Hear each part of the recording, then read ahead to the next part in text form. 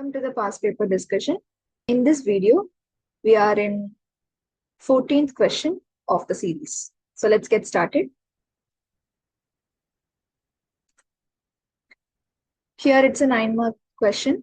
A particle moves such that its velocity v meters per second at time t seconds is given by this velocity expression. T times sine t square. And many sub-questions are there. First thing, find acceleration of the particle.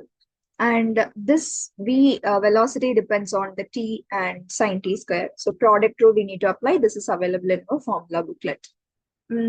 So simply I would say y is equal to, instead writing all these stuff, the same formula you can just simplify. If y is in the form uv, your y dash or dy by dx, the derivative will be u dash v plus v dash u. The same thing we have expressed for a short thing, and you can just do that. Right, so I'm going to take u as t, v as sine t square. Then we need to find u dash and v dash. U dash is 1, v dash is, okay, here we need to apply the chain rule. If it's sine t, directly we know that it is, what is the differentiation of it. But if it is sine t square, chain rule, right? So sine t differentiation is cos t. Sine t square differentiation is cos t square. But multiply that, instead t I have t square, right? That differentiation you need to add it after multiplication. So t square differentiation is 2t. Got it? So v dash is 2t cos t square. Right? And now, right, that's it. So dy dv by dt, or acceleration means a you can mention, or dv by dt equal to, we just cross multiply u v dash plus u dash v. Okay, so right, so t times 2t cos t square plus u dash is 1, v is sine t square. So I got this 2t square cos t square plus sine t square.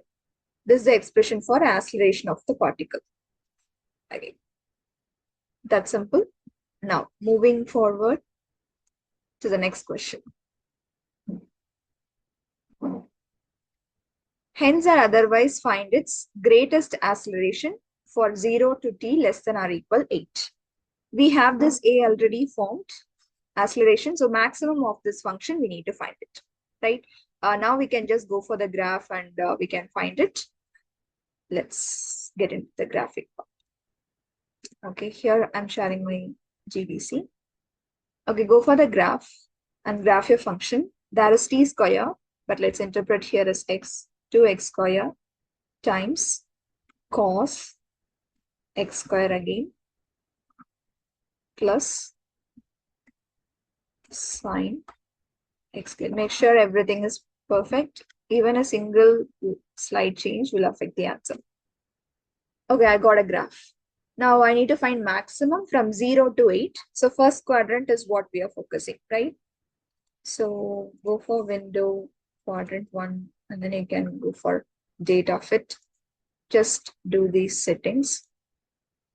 Okay, here we go. Let's focus. Let's just go inside. Like, let's zoom in around. Okay, 1 to 20 is not needed. But yeah, let's go. And it is a kind of wave structure. We can see it. But when you go for analyze graph, it won't give you the actual answer. Like, I'm going for analyze, and we are looking for greatest acceleration. So maximum if you give, lower bound, let me give to 2, 0 to 8. 0 to 8. It says maximum is this. Actually, I can clearly see maximum is somewhere. Like as t increases, the maximum, right? So here we should be careful. Let's do one thing here. Okay, so this is like near 7 to 7, 7 to 8. My upper bound is still 8, right? So I'm going to change the thing, like again analyze graph, but 7 to 8. The last thing I'm going to check. So 7 to 8.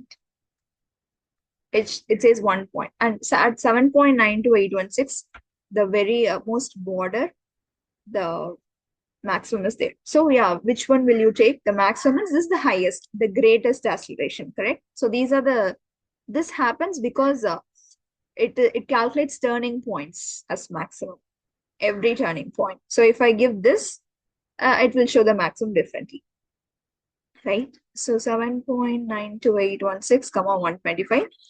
This is time at around 8 seconds, 126 acceleration is over there, right? And right, that's it. Very simple. We can solve using GDC. Here we go. You can straight away write it. Acceleration, the greatest acceleration is with the unit. The y coordinate is your acceleration, right? It's t comma a. The graph is. So 126 meter second power minus 2 or 126 meter per second square. That's simple.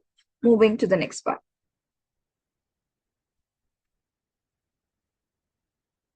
Right.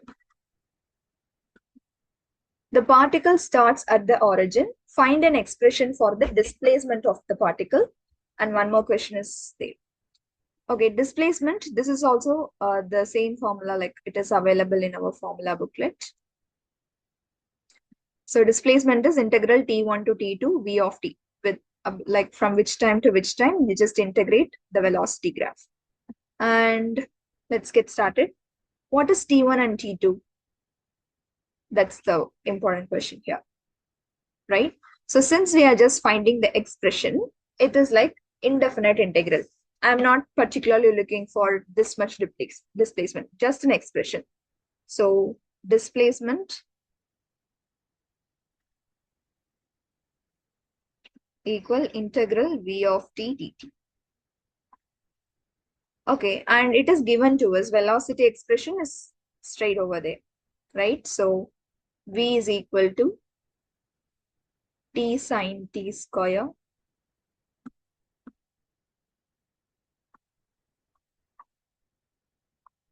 dt. Now, it's not a single function, so directly we can't integrate, but let's apply some integration techniques to solve. So you can take u is equal to t square. And what is du? Du is 2t dt. And then dt can be expressed as du by 2t because you want the replacement for t. So t square replacement is u, dt replacement is du by dt. Let's substitute over here.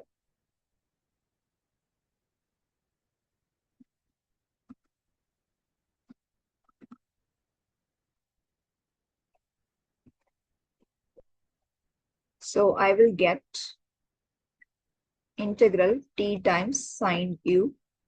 Dt is du by 2t. Tt cancelled. You will get this half outside sine u d. Now it's quite easy to integrate it. So what is the sine u differentiation? Sine u is minus cos u. Sorry, not differentiation, integration. So half minus cos u plus constant of integration.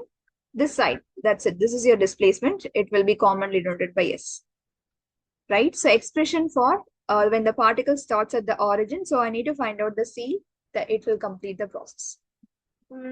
So initially, displacement is 0, time is 0. So just substitute it. 0 equal. Okay, and one more thing we have to do here. Actually, time expression, this is in u, right? So s is equal to minus half cos t square plus c. You know, because u is just a temporary variable. Actually, it should be replaced back after we have simplified it and our integration is over. Now, initially, so they said particles starts at the origin. So t is 0, s is 0. This will give 0 equal minus half cos 0 plus c. Cos 0 is 1.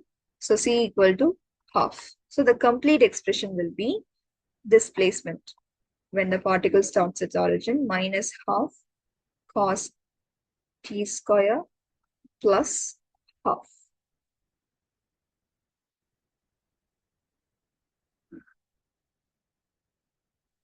right? That's simple. And last part. So now the D part. Show that the particle's displacement can never be negative. So let's frame it out. Cos t square will always be less than or equal 1. Right? And in this case, this is for 0 to t. So what happens to minus half when you multiply by minus half? The inequality sign will change. So minus half cos t square is greater than or equal minus half. Let me take this minus half over here. I will get a plus half. Half minus half cos t square is greater than or equal 0. So this is nothing but my displacement expression. So I got, generally I have started solving. So like every value of t, the displacement is greater than or equal to 0, which means the displacement can never be negative, right? And this completes the solution of the problem. Thank you so much for listening. Let's meet in the next video.